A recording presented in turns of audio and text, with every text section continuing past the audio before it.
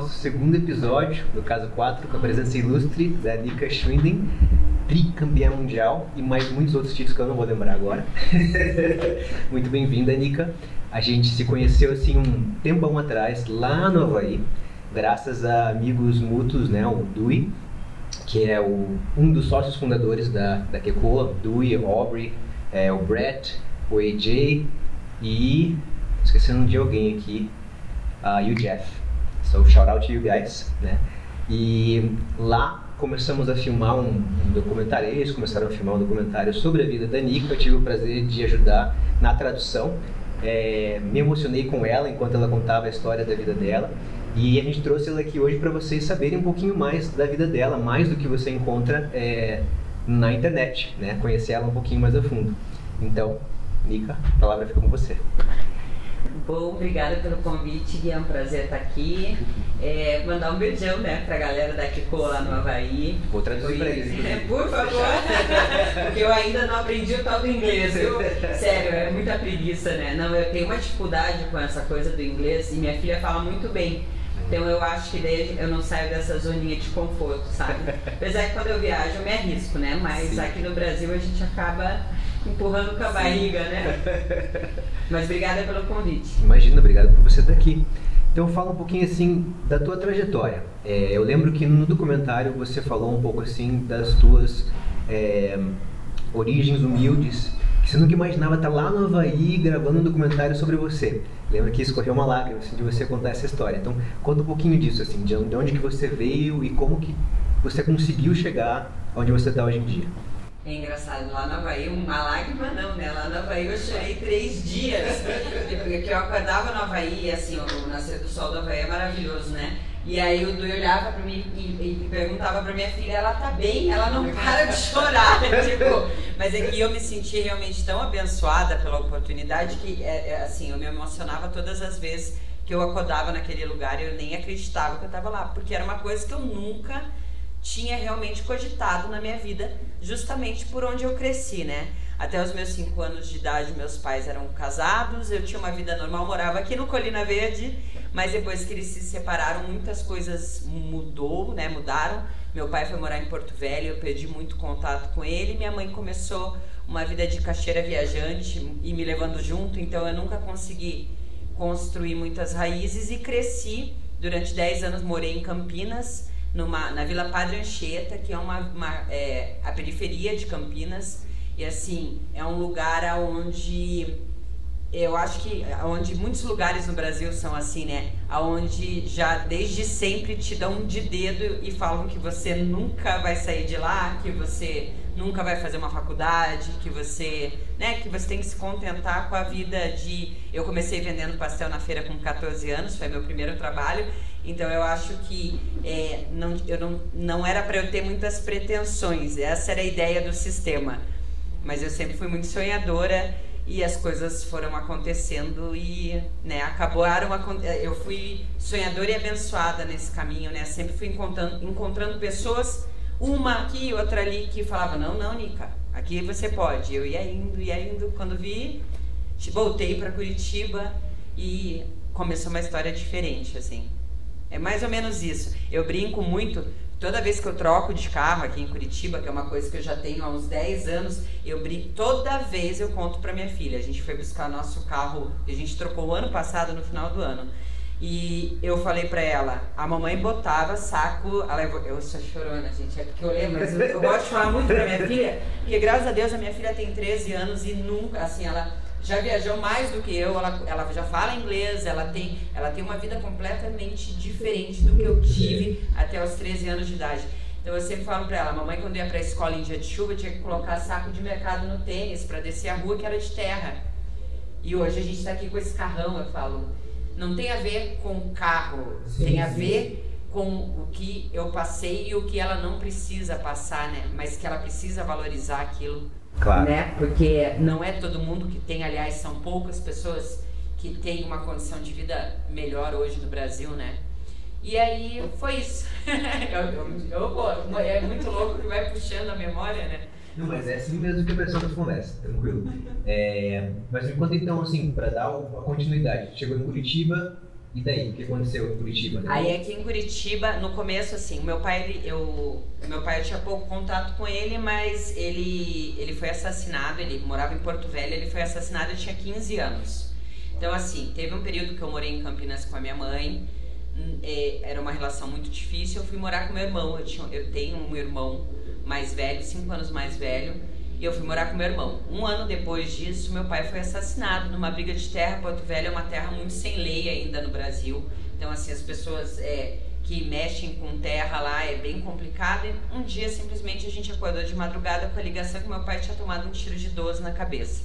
Meu irmão, 5 anos mais velho, surtou. Eu não estava entendendo nada com coisa nenhuma. Virou, mexeu, a gente ficou mais um tempo ainda em Campinas. A gente teve que ir para Porto Velho, né? Mexendo nas coisas do meu pai, foi um momento bem ruim na minha vida.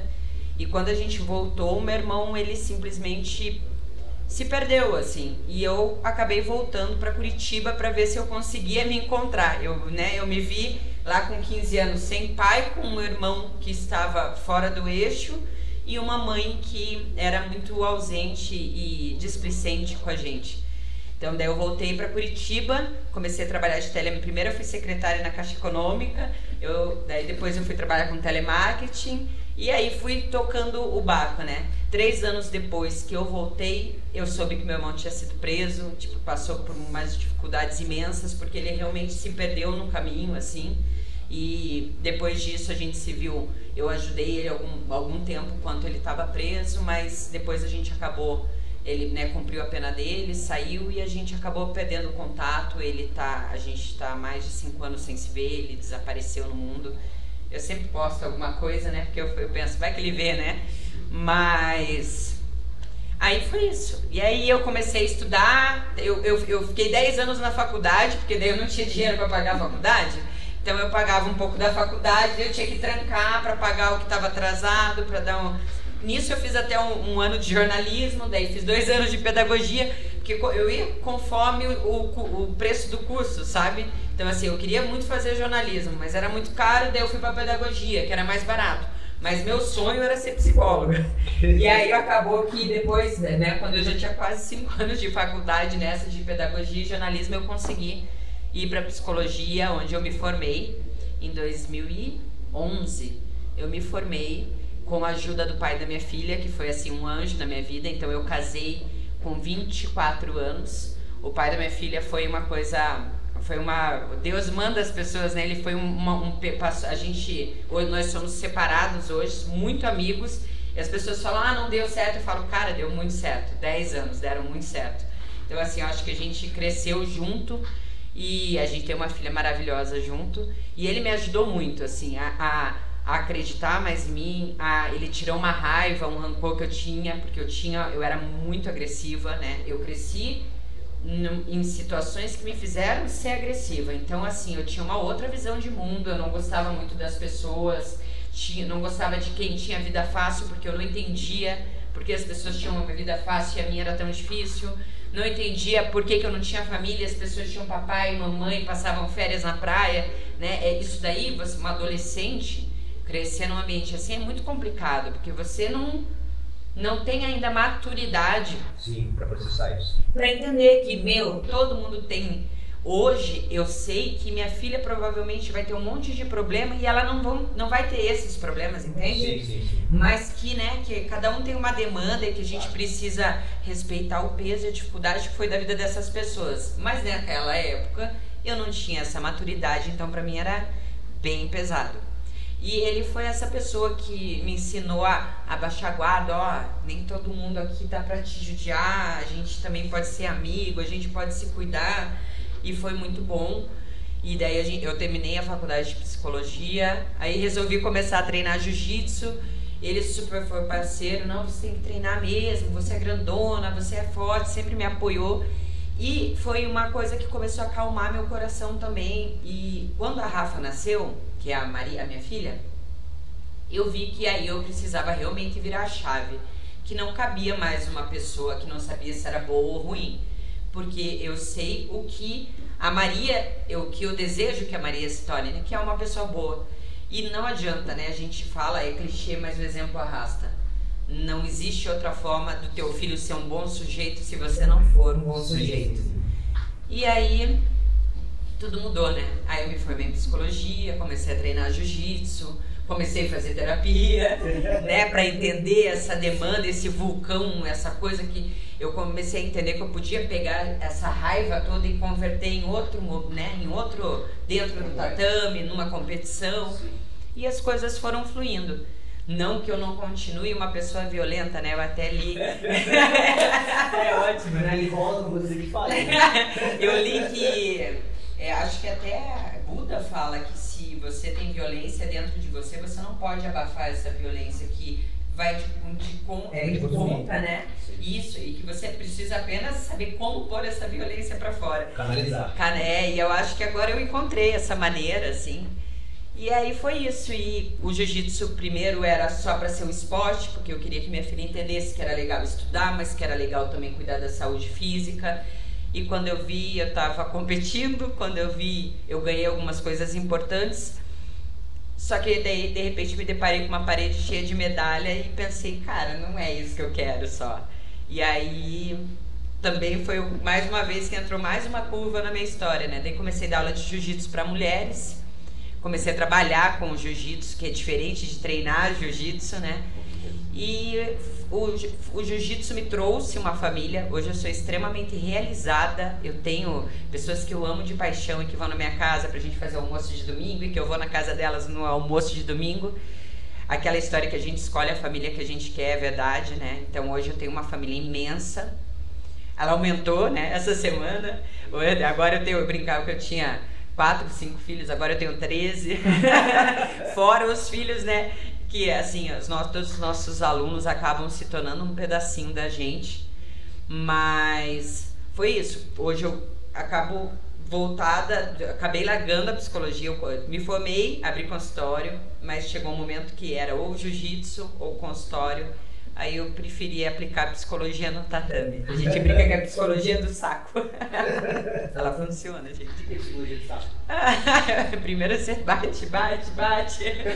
Daí depois você conversa com a pessoa. Ela desabafa, dela já tá calma. Ela treinou muito, fez muita força. Ela acalmou a questão física, né? Daí o emocional é mais fácil de escorrer sobre e tal.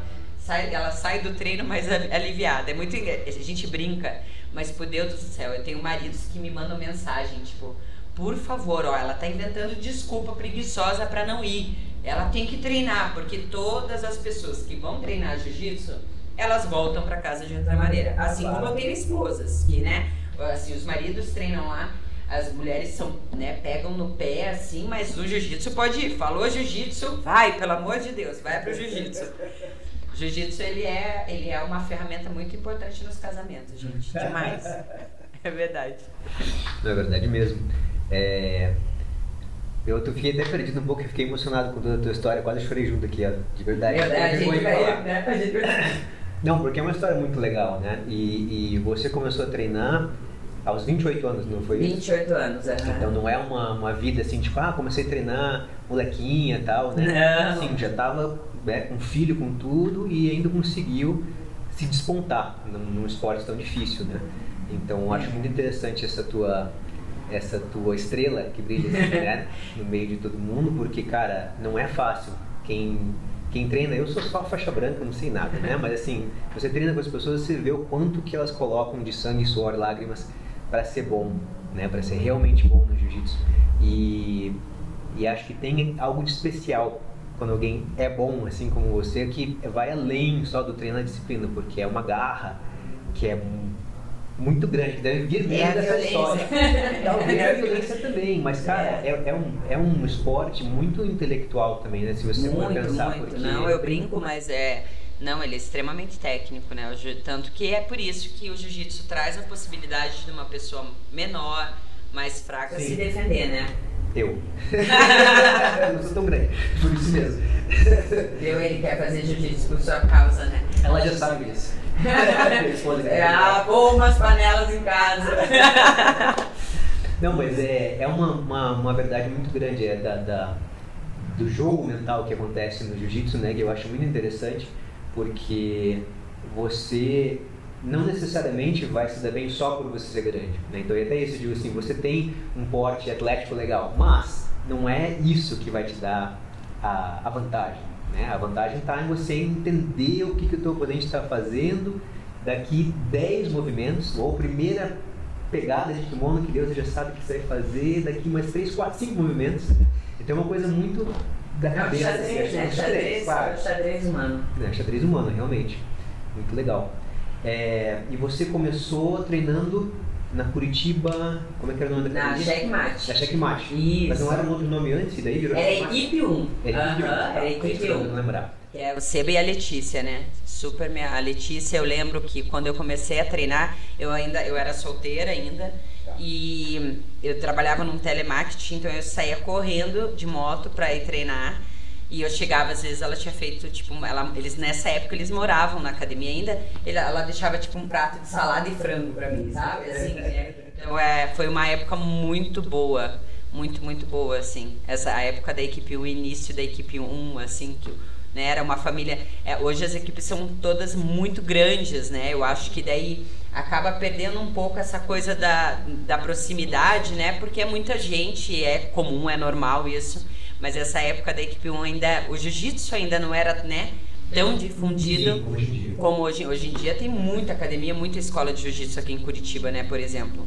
Hoje a academia deles é enorme, hoje a nossa escola é enorme, né, então assim, mudam muito a maneira, né, a gente tenta manter, mas muda, não adianta, né, são muitas pessoas todos os dias. Então naquela época eu acho que por ser menorzinho tinha esse aconchego maior e eu fui muito bem tratada, assim, por eles e bem cuidada. Legal. E daí você já passou para o Gracie Barra? Não, eu fui da branca preta dentro da Checkmate. Tá. Na verdade, assim, eu nunca deixo de falar o quanto foi importante. Eu nunca tinha viajado pra fora na vida, né? Aí, ó, primeiro, mais uma coisa, né? Eu só quis competir jiu-jitsu pra poder viajar pra fora, pra comprar muamba barata. Gente, porque naquela época era, tipo, né? Todo mundo quer, porque a primeira vez que eu fui pros Estados Unidos, gente do céu, eu era a própria brasileira, louca. Nunca vi tanta coisa que parecia barata, né? Hoje, então, nem vale a pena viajar pra fora, né? Sim. Mas na época que eu fui, foi muito engraçado, porque esse era olha que loucura. Eu fui porque eu queria conhecer os Estados Unidos, porque eu queria fazer compra de Victoria's Secret, né? Porque eu via todo mundo falando, eu nem sabia o que era, eu nunca tinha tido um Victoria's Secret, olha isso. E fui. Graças ao Léo Vieira, que é o líder da Checkmate, ele tinha acabado de morar nos Estados Unidos, então nem casa ele tinha, e ele falou: nega, vem aqui, eu e a Glê vamos te receber. Eles estavam na casa de um faixa preta da Checkmate que já morava lá, com mais muitos atletas. A gente dormia num quarto que era do tamanho dessa sala, assim, eles com os 2 filhos, eu, mais um casal que era o Punch e a esposa, tipo, uma galera. Porque o jiu-jitsu é isso, né? Tipo, vem que a gente resolve, vem que a gente coloca aqui. E ele me levou, ele me chamou, falou: não, venha competir o Mundial Master 2013. Que você fica aqui com a gente, pelo amor de Deus, fui morrendo de medo, porque eu não falava nada, naquela época eu não entendia nada de inglês, e eu fui, e ele me pegou no aeroporto, se escondeu de mim, ficou vendo eu desesperada. Sério, Leonardo Vieira, ele não existe. Eu desesperada, eu não tinha internet, não tinha nada, minha mala foi extraviada, sério, e eu não achava ele, e ele tava atrás de um pilar, rindo da minha cara. Ele é muito engraçado, gente. Enfim, fui pra lá, ele me recebeu, a Glê e ele cuidaram de mim, me levavam comer, me levavam, sabe assim, aí eu lembro até hoje a gente indo pro ginásio no dia do Mundial Master, no dia que eu ia lutar, eu assim, né? Porque a pessoa tinha ido para os Estados Unidos o quê? Comprar muamba, né? Aí tava indo pro ginásio lutar um campeonato mundial, né? Aqui assim, ó, eu nem piscava no banco do carro e as crianças estavam no carro e brincando, né? Tipo, um casal pequenininho, estavam fazendo barulho e tal. Aí o Léo falou: gente, vamos ficar quietinho pra Nica concentrar. Eu nem tava ouvindo eles fazerem barulho, porque eu tava tão em pânico. Enfim, chegamos lá no Mundial, fui lutar, fiz 4 lutas no peso, ganhei todas. Eu saía de uma luta, eu já saía assim, ó, toda luta que eu fazia, eu saía, olhava pro Léo, tipo, ei, que bom, acabou, tipo, tá ótimo já, sabe assim? E aí ele olhava, não, tem mais uma? Tipo, pra mim, assim, sempre tava bom, né? Tipo, eu saí, eu lembro até hoje que daí, aí eu ganhei o peso. Aí eu já olhei pra ele, tipo, vamos embora daqui, pelo amor de Deus, olha isso, eu ganhei o campeonato mundial. Bem louca, assim. E ele olhou e falou, não, você vai lutar o absoluto. Gente, aí aquilo me embrulhou, eu não quero lutar, eu tô morta, eu não aguento mais fazer força, porque era só isso que eu fazia na vida, né, força. Foi na força do ódio esse campeonato. E aí ele me inscreveu, ele pegou, me inscreveu minha carteirinha no absoluto, e eu fui lá lutar absoluto. Foi ao contrário, foram 3 lutas no peso, 4 lutas no absoluto, eu fiz 7 lutas no dia. E eu fui pra final do absoluto. Na final do absoluto, eu olhei pra ele com o olho cheio de lágrima e eu não sei, tinha machucado meu rosto e eu falava, eu tô sentindo meu rosto sangrar. Ele olhava, claro que não, você tá louca.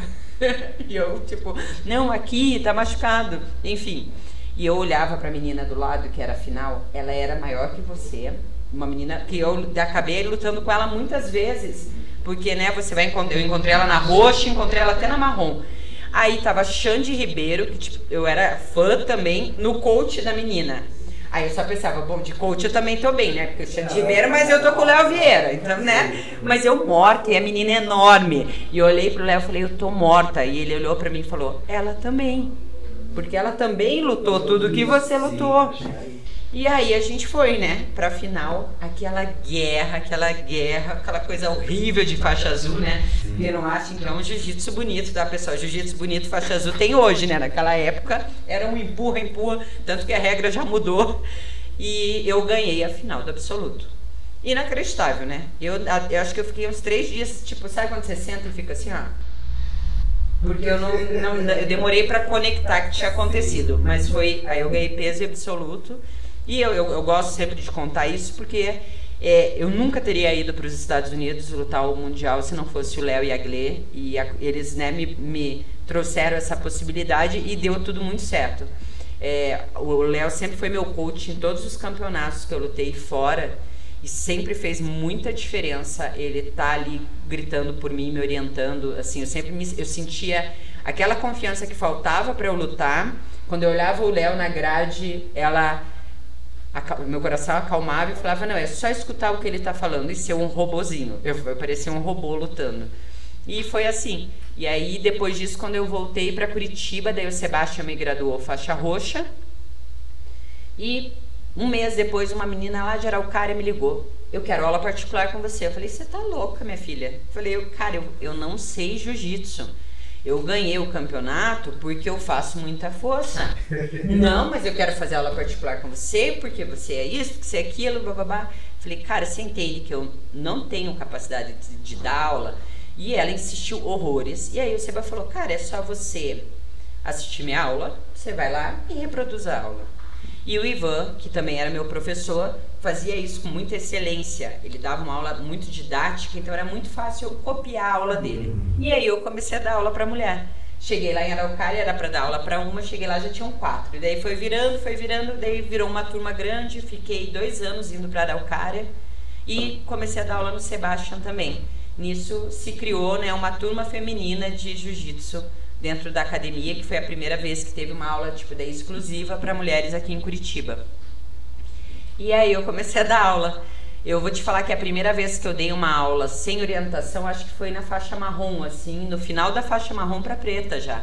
Que eu falei, não, agora eu posso montar a minha semana de aula. Mas até então eu, né, dependia muito da ajuda dos meus professores para passar a didática, até porque eu queria realmente ensinar as meninas, né? Eu não queria lá ensinar elas a fazerem força, até porque nem todo mundo tem o meu biotipo de fazer força, né? Sim. Hoje eu tenho alunas muito mais técnicas que eu, assim, que eu consigo ensiná-las, mas elas são extremamente refinadas, né? Porque eu acho que a força até ajuda, mas no jiu-jitsu chega um momento que ela te atrapalha, ela atrapalha a evolução do atleta. Porque você é acostumado a fazer força e ganhar de uma maneira que talvez não seja a melhor maneira, né? O jiu-jitsu, ele é muito fino, na verdade. É suave. Suave. E aí agora da marrom pra cá, acho que de 3 anos pra cá eu venho sentindo mais confiança em relação a essa parte técnica, assim, tipo, agora eu acho que eu tenho, né, tô começando a entender o que é jiu-jitsu, mas ainda tem chão. O jiu-jitsu, eu acho que é por isso que eu amo tanto ele, né? Porque acho que a minha relação com o jiu-jitsu vai ser eterna, porque Ele vive me mostrando, mocinha, você ainda não sabe nada. Todo dia. E aí foi assim. E quando eu vi... Ah, daí tu perguntou, desculpa.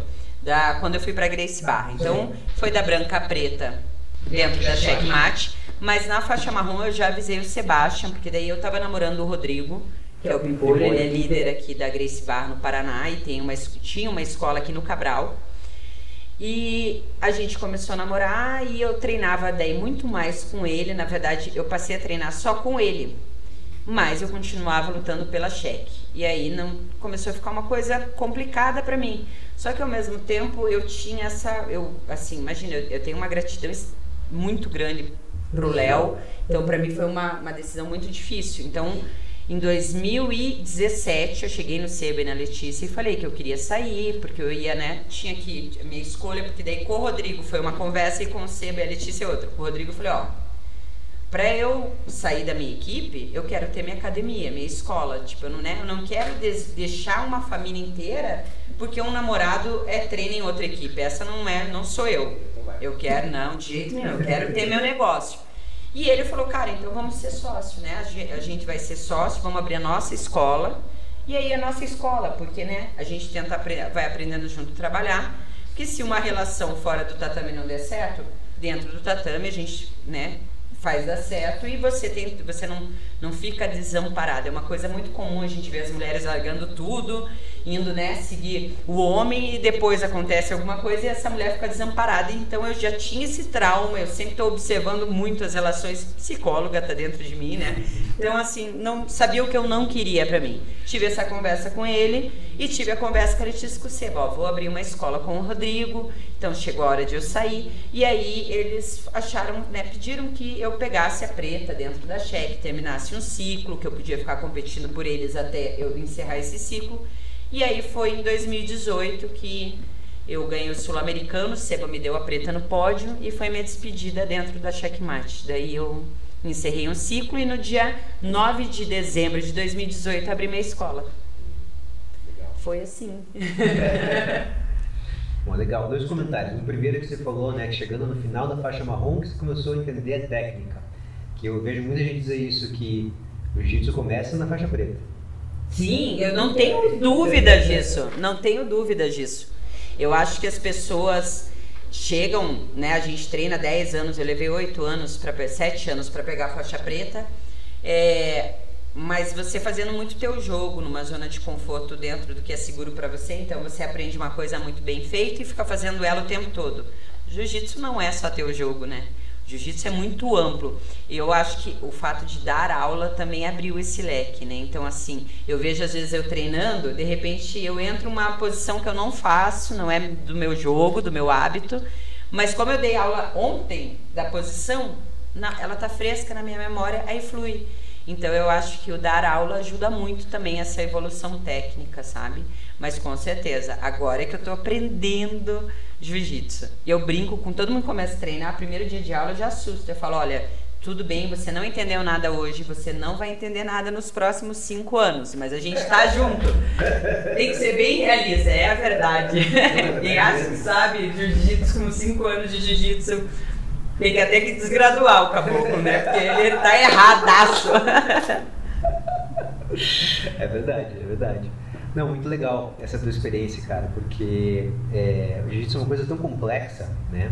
Eu acho que você vê muito isso, o cara que sempre tem aquele mesmo jogo, até que alguém se liga no jogo do cara e desbanca ele, né? Porque não tá evoluindo. E ensinar, como você estava falando, você aprende 2 vezes, né?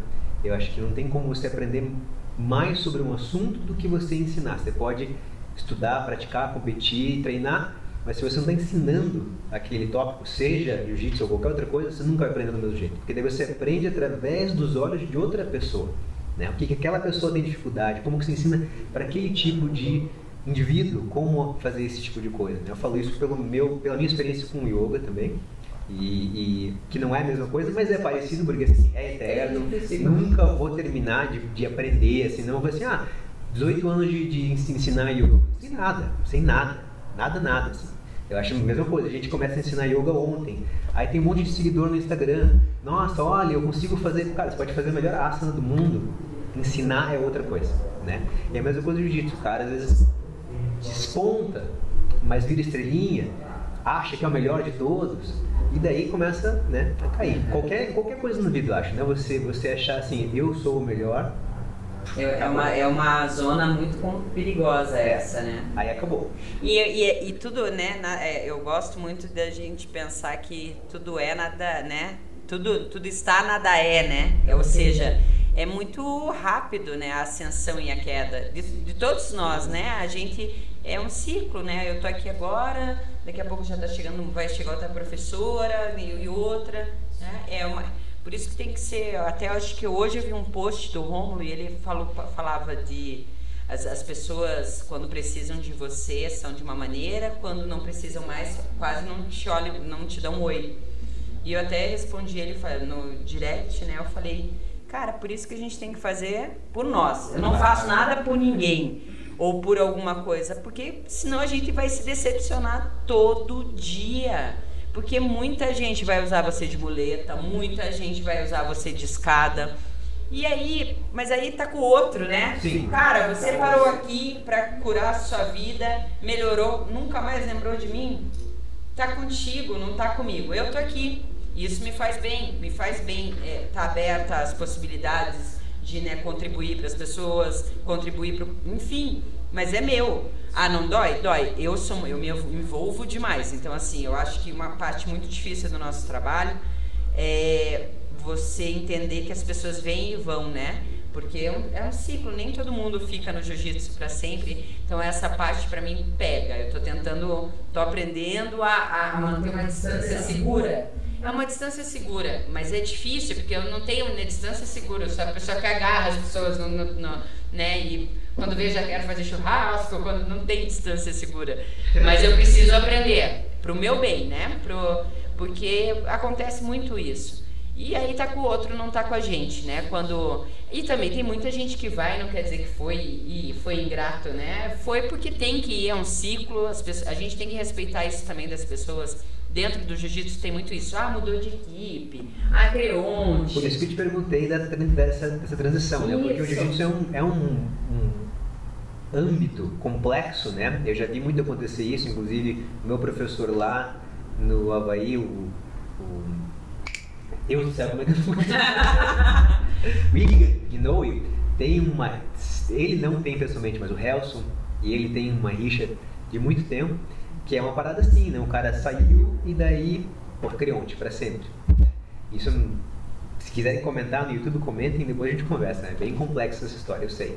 Mas eu acho que desde que seja uma coisa feita com gratidão, como você fez, né? Eu acho que tem que ser bem comunicada, claro, né? Mas assim, a gente tem que entender que eu não tenho domínio da vida do outro, né? Sim. E que as pessoas têm o direito de escolher aonde estão, sim, né? Eu tenho o direito de escolher onde eu quero estar. E independente da equipe, e o que eu falo, o que veio, né? Quando eu saio de um lugar, o que é de verdade vai me acompanhar. Claro. O que não é vai parar, e se parou, que bom pra mim, né?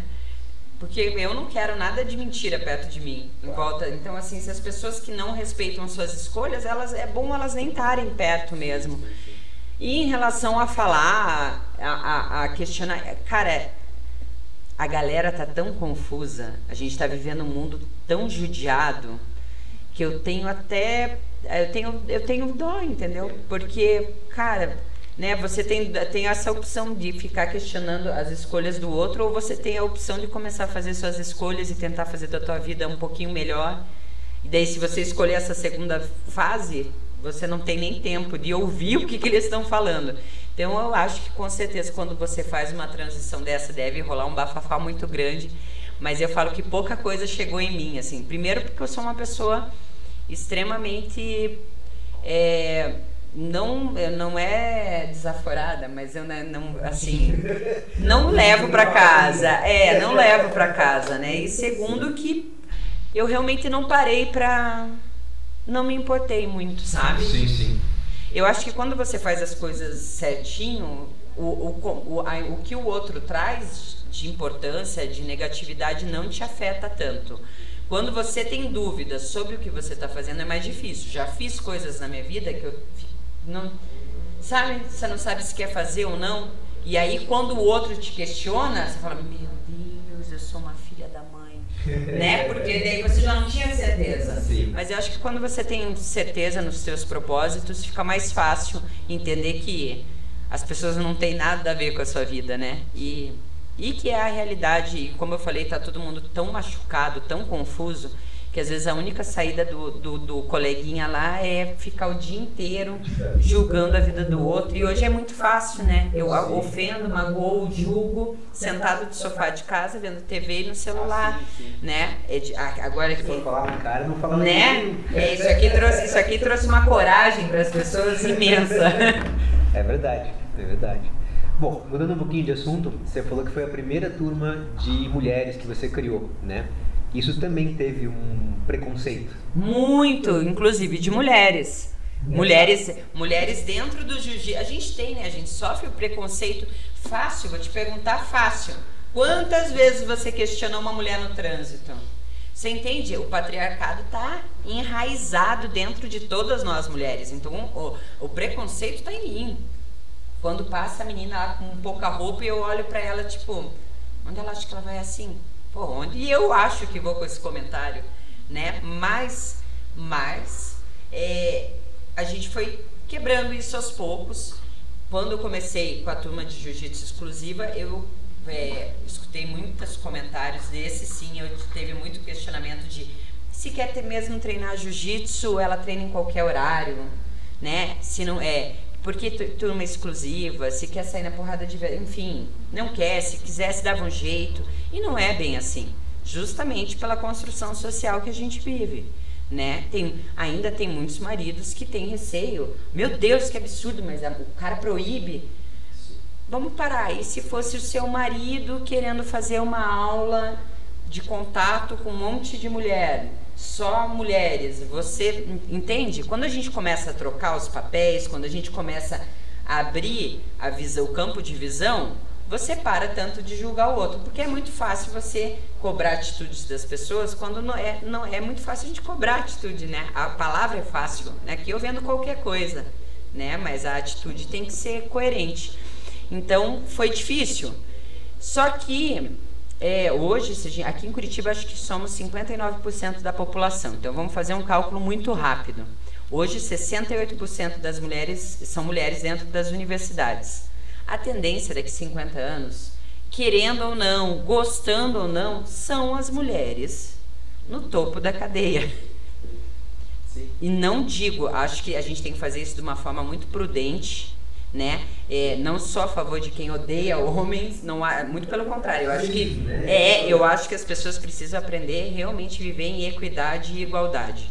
E aí o que aconteceu? Houve uma relutância muito grande em relação ao jiu-jitsu exclusivo, mas é impossível controlar as pessoas quando elas entendem que elas podem fazer as coisas, né? A partir do momento que você dá asa, o bichinho vai voar. E aí voltar, né? Hoje a gente não vai ter um retrocesso feminino, nunca mais, entende? A gente quebrou, a Rumi fala, né? Ela é uma poetisa, ela fala que a gente quebrou um teto de vidro. Sim.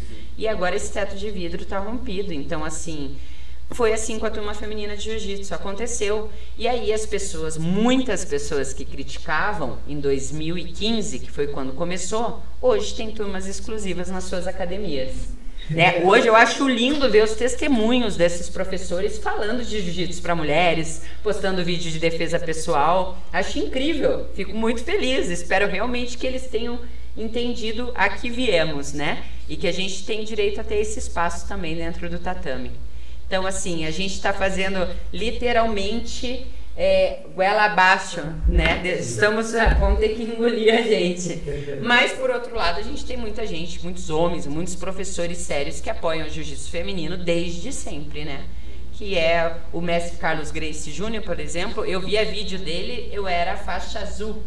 Vídeos dele falando da importância do jiu-jitsu na vida das mulheres. Então, assim, já vem uma geração trabalhando a favor disso, né? Dentro do esporte. Mas... assim como agora começou a se falar, a Gracie Barra até fez agora o GB Inclusão, estamos falando, né, da questão, peraí, então tem mulheres, tem homens, mas e a dificuldade de um homossexual ir para o tatame? entendeu? Então, assim, as questões, a gente tá, né, estamos quebrando paredes, não tem que ter preconceito, né? Se o jiu-jitsu é para todos, ele é para todos, né? E eu acho que devagarinho a gente vai alcançar montanhas mais altas, assim, todos juntos, todos trabalhando juntos, todos vencendo, né? Sim. Não, parabéns pela coragem, né? Porque o jiu-jitsu é um esporte machista e o Brasil, então, nem se fala, né? É claro que a gente tem exceções, como você mencionou, pessoas que são líderes, que são, né, professores importantes dentro da cultura do jiu-jitsu, mas a cultura em geral é muito tosca. Não, a gente está falando de anos de trabalho, né? Sim. Muitos anos, assim.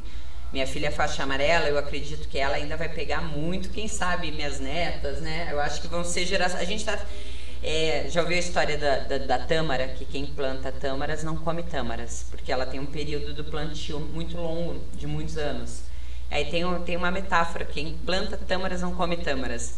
A gente não vai comer essas tâmaras, mas eu tenho certeza que mulheres lá na frente vão comer. Assim como a gente tá votando, né? A gente não vota hoje, porque mulheres lá atrás trouxeram né, travaram essa batalha pra gente poder hoje estar votando, pra eu poder abrir minha turma feminina. Foi uma mulher que brigou lá atrás.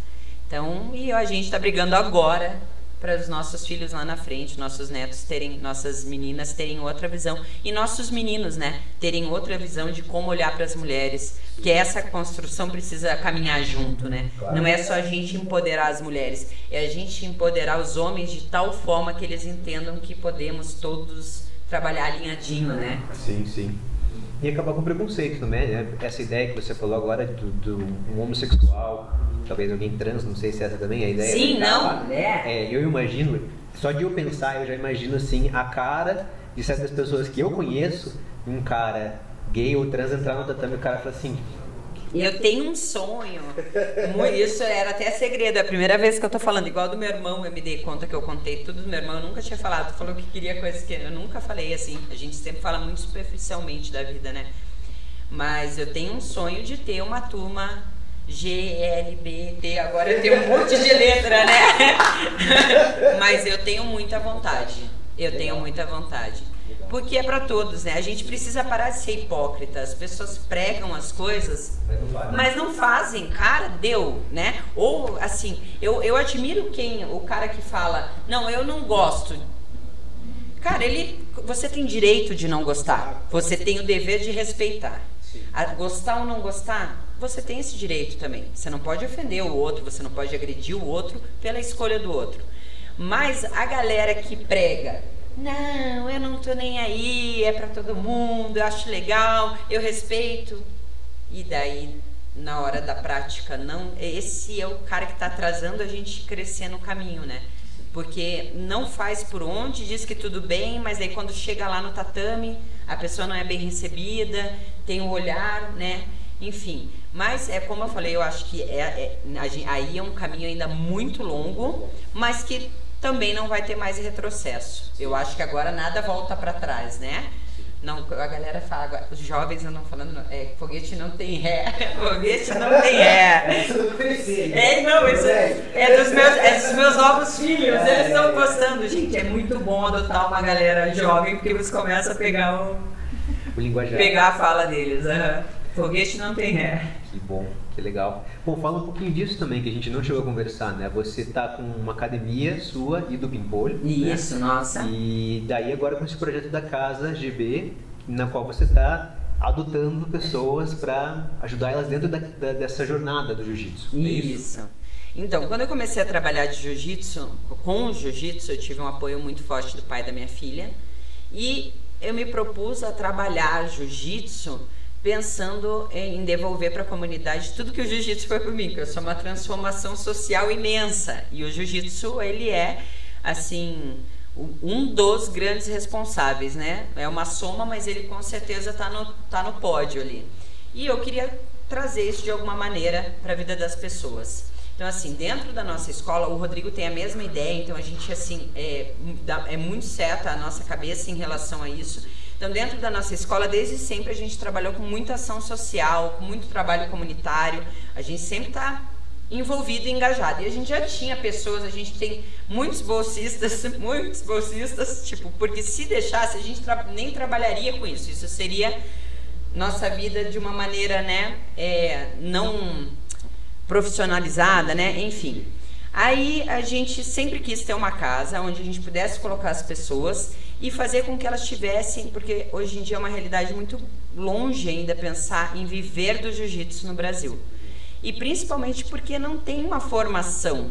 Então a gente queria trazer esses jovens, ensinar jiu-jitsu. A Gracie Barra tem um curso de instrutores muito maneiro, então a gente proporcionar esse curso para eles, porque é um curso pago, aulas de inglês, começarem a trabalhar dentro de ações sociais, porque eles também, tendo esse benefício, eles já entram na obrigação de ter que devolver esse benefício à comunidade. E eles estão fazendo agora curso de marketing, de imagem pessoal, enfim. A ideia é formar um cidadão completo, não só um professor de jiu-jitsu, não só um atleta. Então a gente está trabalhando várias vertentes com esses jovens nessa casa. São 8 jovens, 4 mulheres e 4 homens. Aí a gente paga aluguel, internet, eu estou contribuindo com a alimentação deles, eu pago professor de inglês, eu pago professor de judô.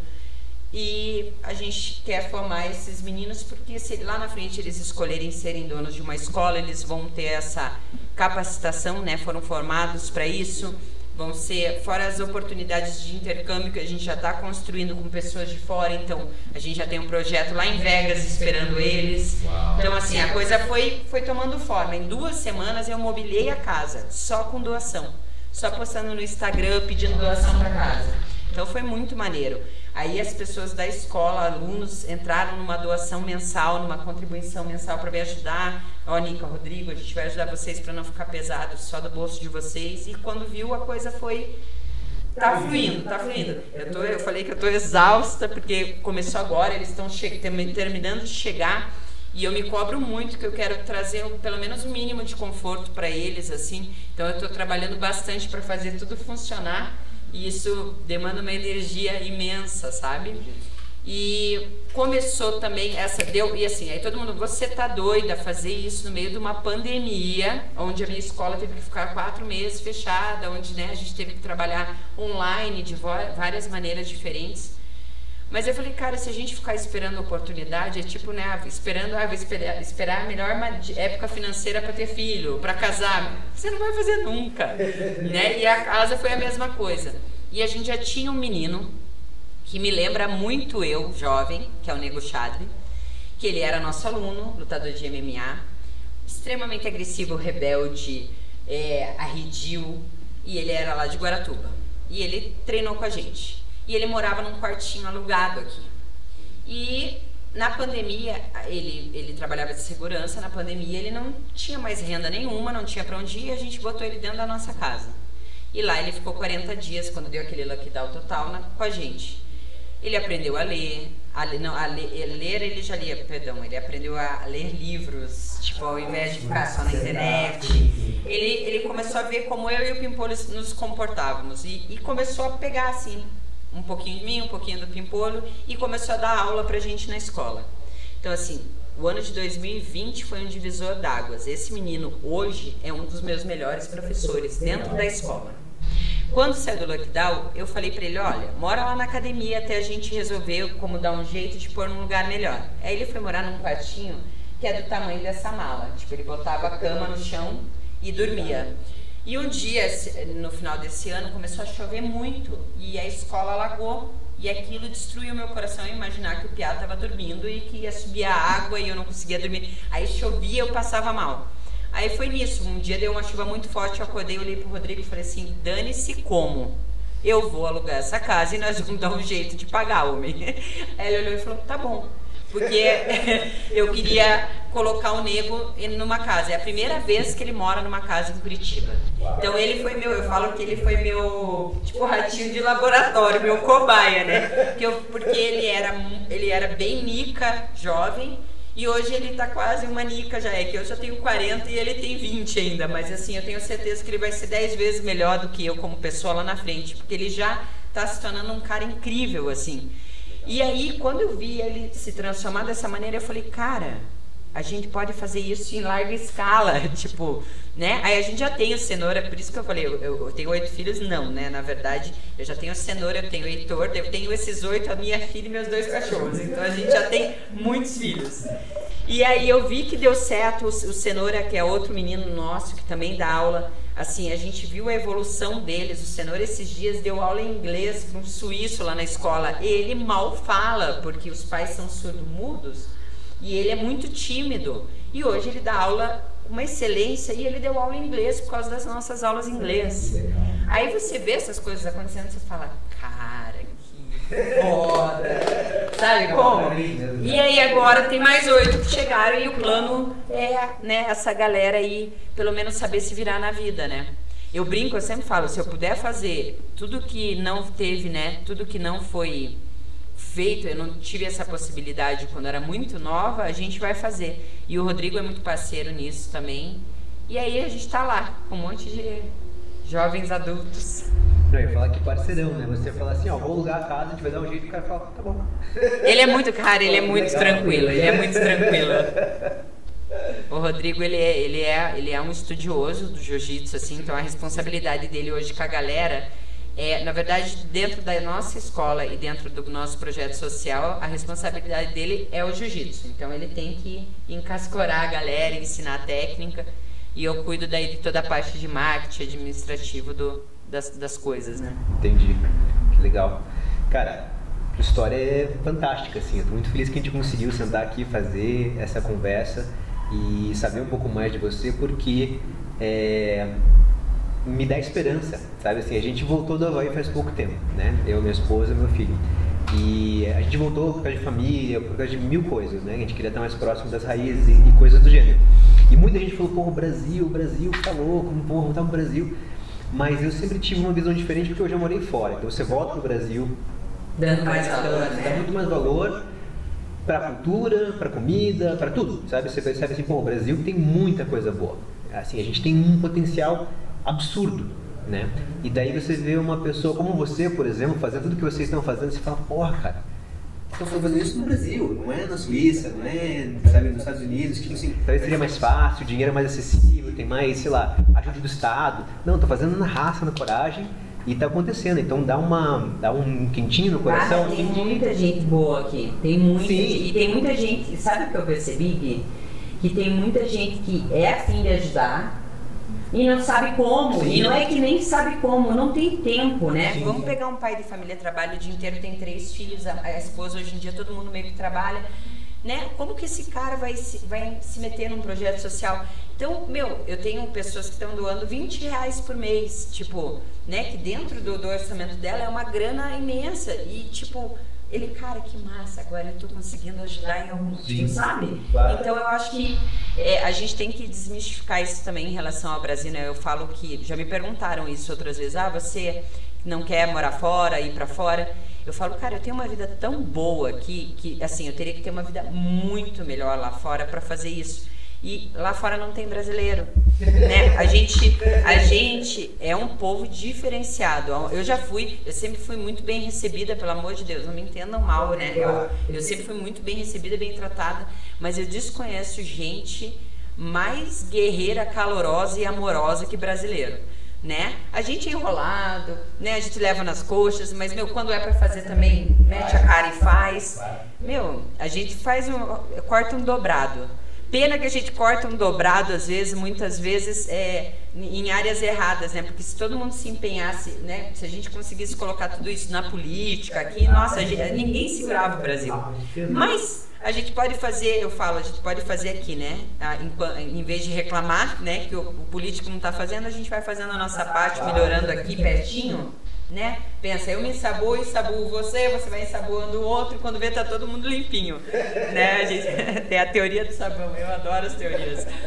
E aí você, né, vai e cara, faz bom, as pessoas falam, que massa, você já, eu falo, cara, não se engane, é egoísta. Eu amo fazer isso. Então é diferente, tem gente que gosta de assistir um jogo de futebol e no estádio, eu gosto de estar envolvida nessas coisas, né? Isso pra mim é gratificante, então eu faço por mim mesmo, então é egoísta. Mas é o egoísmo que a gente não percebe, né? Assim, eu esqueci agora uma citação de um antigo mestre hindu que dizia assim, seja melhor, nem que seja por egoísmo, seja uma pessoa melhor, nem que seja por egoísmo, porque você sempre ganha com isso, né? Eu conversei com um amigo meu recentemente e eu falei isso, o brasileiro é tão burro, que ele passa a perna em alguém e pensa, pô, vou me dar bem, né? Você vai se dar bem agora e da tua imagem com as outras pessoas, você só perde, né, de passar a perna. Se o brasileiro usasse a malandragem que ele tem para ajudar os outros, para ajudar o país, assim, ninguém subirá o país. A gente imobiliou essa casa tão rápido e eu pensei muito nisso quando aconteceu isso, porque foi assim, eu olhei para ele e falei, vamos dar um jeito de pagar, ele olhou, vamos, só que 2 semanas depois a gente tava com um monte de gente ajudando, com um monte de doador, com gente levando, até agora eu recebo mensagem, tipo, quando a pessoa acaba de ficar sabendo do projeto, o que você precisa? Ainda precisa de cama, ainda precisa, sabe? Então, assim, a corrente funciona, né? A gente tem que fazer a nossa parte, devagarinho, ensinar nossos filhos a fazer a mesma coisa. E é massa, né? É massa, dá certo. Viver através do exemplo, né? Aquilo que você falou antes, não adianta só falar, tem que fazer. Tem que dar um bom exemplo, porque falar é fácil, qualquer um fala. Eu também taco cadeira nas pessoas, tá, gente? Todo mundo me pergunta às vezes, porque vê só essa pincelada, né, nossa, ela faz o projeto social. Não, eu sou brava, eu brigo com eles, inclusive eu tive uma reunião com eles e falei, olha, vocês vão me odiar, porque eu vou cobrar cama arrumada, eu vou cobrar organização, porque eu quero que funcione. Vou fazer vocês crescer no tranco, né? Então você vê a galera perguntar, você tem um amor, eu falo, depende. Depende do que eu tenho que fazer com você. Se for só pra gente curtir um churrasco, eu sou um amor. Se a gente tiver que buscar um negócio, fazer um negócio funcionar, talvez você não me ame tanto. Muito obrigado por você estar aqui, por compartilhar essa tua história com a gente. Eu sei que você está com o tempo contado, então eu já vou deixar um convite para a gente fazer mais um desse, com mais tempo em outro momento. Mas eu fico muito feliz mesmo, eu realmente fiquei com lágrimas nos olhos aqui várias vezes de escutar a tua história, não tenho vergonha de falar. E, cara, fiquei emocionado de saber mais, assim, de tudo que você está fazendo e torço por você e o que eu puder ajudar. Pode contar comigo também. Eita, boa. Aquela hora que a gente pede. Eu que agradeço. Nossa, olha isso, foi 1 hora, né? A gente é muito bom assim, né? Muito obrigada. Parabéns, Andressa. Obrigada pelo convite. Eu volto quando a gente conseguir se encaixar, mas eu volto sim. Beleza, muito obrigado. Obrigado, beijão aí, galera. Valeu. Valeu. Tchau.